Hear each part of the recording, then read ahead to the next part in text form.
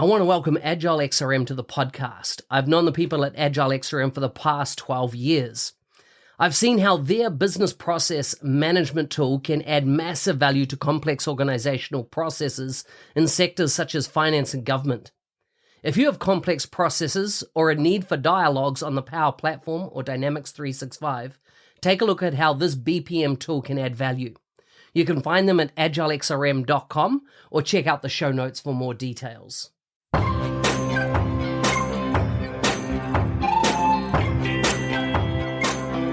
Welcome to the MVP Show.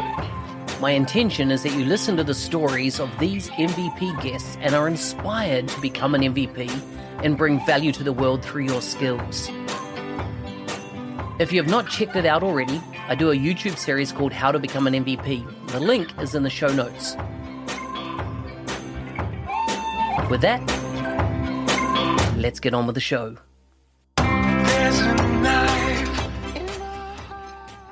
Today's guest is from Ross on Wye in England. She works for CloudThing as a senior functional consultant. She received her first MVP award in 2021. She is a late career switcher. Her own words, I've picked up Microsoft Power Platform in the last few years as an enthusiastic 50-something. I'm in that club as well. She's very active in the Power Platform and Dynamics 365 community and regularly participates in events as a speaker, volunteer, and attendee. You can check out the show notes in this episode for her Twitter, LinkedIn, and blog, various resources that she has. Welcome to the show, Sheryl. Thank you very much for having me, Mark. It's lovely to be here. It's great to be here. I've known you for some time now, and I'm so pleased to see you in the MVP program. Thank you. It was, I've sort of made no secret of the fact it was a real shock when I got the MVP. I mean, I knew that I'd been nominated, obviously. But to be honest, there are so many amazing people in the MVP community. I didn't think that, I'd get to be one. And when the email came in, it was, I was absolutely blown away. Epic, epic, epic. Tell us a bit about family, food, and fun for you and the part of the world you live in. Oh, wow. Okay. Right. So I'm a single mum of 4 kids and they're actually all grown up now. My youngest baby was 18 on Monday. So yeah, I know. And I have no idea where all of those years went, to be honest. But yeah, we do a lot as a family still. I still have a couple of the kids living at home with me, allegedly saving for a mortgage, right? So yeah, we do a lot as a family. We go to festivals together. We spend a lot of time together. So I'm very much still an active mum, even though my kids aren't really dependents anymore, So yeah, I think that's never probably going to stop, right? Exactly. So, in the intro there, I talked about you moving later in your career to the Power Platform. Tell us about how you first got exposed to either Dynamics or the Power Platform. What was that if you can cast back your mind, what was that very first inflection point that it came onto your radar? And then tell us about the journey you went from there to where you are today. Okay, yeah. So for a long time, I've worked in IT or, sort of in the tech industry for probably almost 30 years now, right? But for the longest time, I worked in IT service management. So I'd sort of gone through the IT disciplines, typically from service desk right through tech support, worked my way back to being an IT manager, service desk manager. And then I became an IT service management consultant. And I unfortunately was made redundant twice in very quick succession. Had one of my children was at uni, so I had a lot of financial obligations, and I needed to find a job quite quickly. And I went to work for a Microsoft partner as an ITSM consultant because they were doing quite a bit of work on service management themselves. And they did Dynamics implementations. So I was exposed to a Dynamics project where I was an ITSM process advisor. So I got to see the platform, right? And I thought, wow, I really like this Dynamics thing. It's got so much potential, right? Especially the Power Platform. Azure was sort of becoming quite big at that point in time. And then I got moved into being the enterprise services manager for that partner, which essentially meant that I managed a support team who supported the Dynamics customers, right? The clients of this partner. Although I didn't know Dynamics myself, I just managed that team. But over time, I just got to see how this platform was being used and understand the potential of it. And when I was then subsequently made redundant again, I thought, do you know what? I think I might like to try maybe to see if I can pick this thing up, right? Because I knew it had legs. I knew it was going to go, really going to go places. And so that's what I did. I had some redundancy payment and I knew that I could survive for a few months. So first thing, I took a month out, spent some time with the family, because it had been a really hectic few years, right? And then I thought, right, I'm going to learn. I'm going to spend a month just learning. And so what I did was I looked on LinkedIn. I looked at all the jobs that were going in Dynamics Power Platform. I looked at what employers were asking for, and I set about to learn all of those things, right? I did a great big spreadsheet. It's a really long spreadsheet with like a massive table in it of all the things that people were looking for. I researched on sort of what was the Dynamics learning portal that's since become Microsoft Learn, right? I researched all of those certifications. And yeah, I spent probably about 6 weeks in the end, just learning all of those things. And then I thought, right, I need to try and get a job now. So I did two things. I thought, right, well, my expertise, what I'm sort of known for is ITSM. So I'm going to apply for some ITSM jobs, but I'm also going to apply for some Power Platform jobs. And at the same time, this was such a stroke of luck for me. I had seen on LinkedIn that there were these study groups being run by an MVP whose name is Julian Sharp, right? And I thought I would join one of these study groups. So I did that. And a guy on the study group I was on, which was for, I think, the AZ900, Azure Fundamentals, there was a guy on the study group called Larry Merkelis, and he knew of some opportunities going in the company that he worked for. And he suggested that I contacted them, and I did, and got my first job in Dynamics and Power Platform, right? And from then, I mean, that study group for me was actually, it was the catalyst for all of my community activity ever since then, because I also met on that same study group Ian Connolly, right, who you'll know, who organises the Scottish Summit. And I went to that first one in Glasgow.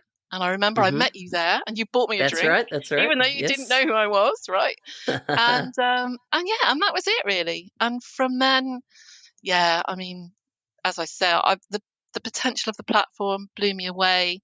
The community just sort of dragged me in and hugged me, even though I was new and even though I was, not your typical sort of new starter of anything. Like I say, I was like 51, 52, but there's just no judgment, everyone's welcome. And as Chris Huntingford sort of has always said to me, we all started somewhere, right? So yeah, and that's Yeah, it's such a good story. And I just think there's a lot of people out there, that see IT as something that they can't get into. And yet you've shown by going, doing that 6 weeks, really learning what was out there. And of course, Microsoft Learn has provided an incredible amount of resource now.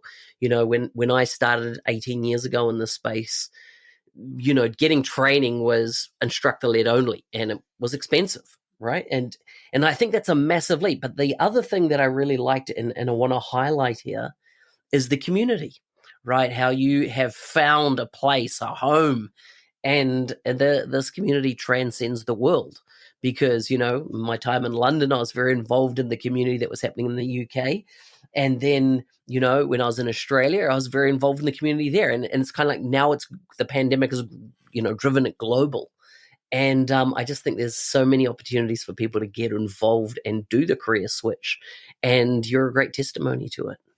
Thank you. Yeah, and do you know, you're so right about the community, and it is global, right? I mean, I am literally next week. I'm going to be speaking at the Bristol User Group, and I saw you speak at the Bristol User Group, right?